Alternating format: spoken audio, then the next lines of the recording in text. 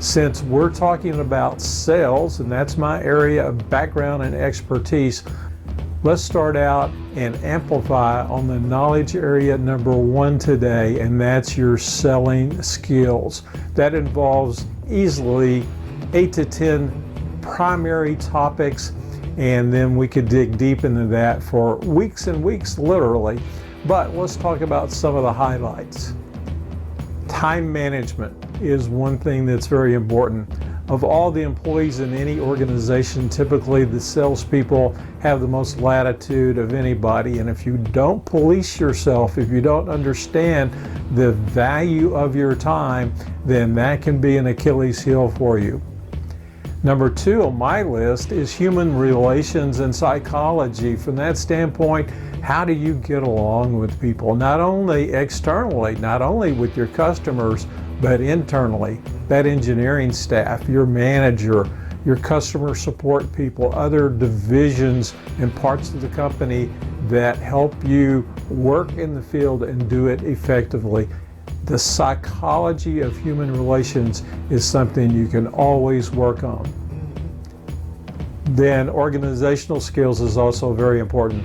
From that standpoint, how do you work with the software? How do you prioritize? How do you decide what's the best return on investment for your time, not just managing your time? So organization is critical. Prospecting and qualifying. Now this is going to make a difference between the size of the company. The larger the company, the more you're going to find there's a separation between marketing and sales. The smaller the company, then you are the sales and marketing division. So from that standpoint, you have to be very keen about how you're using your prospecting time and what tools you're using.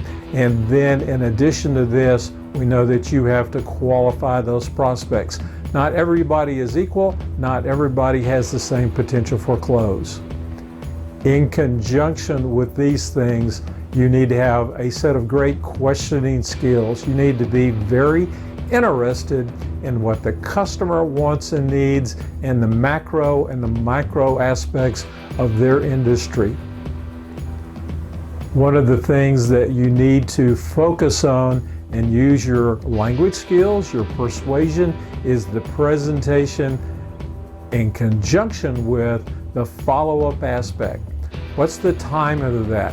What critical aspects of timing do you need to include in your follow-up so that you're not a nuisance or a pest, but in fact you are a different asset for your customer?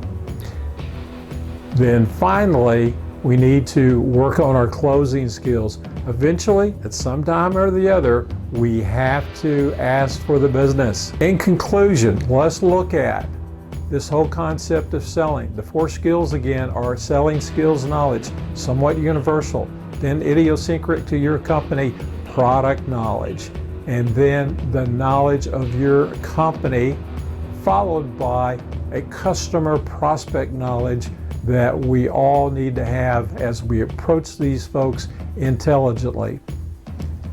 Let's go back to our first question. Is knowledge power? I would have to tell you that I've answered that question, and the answer is definitely yes.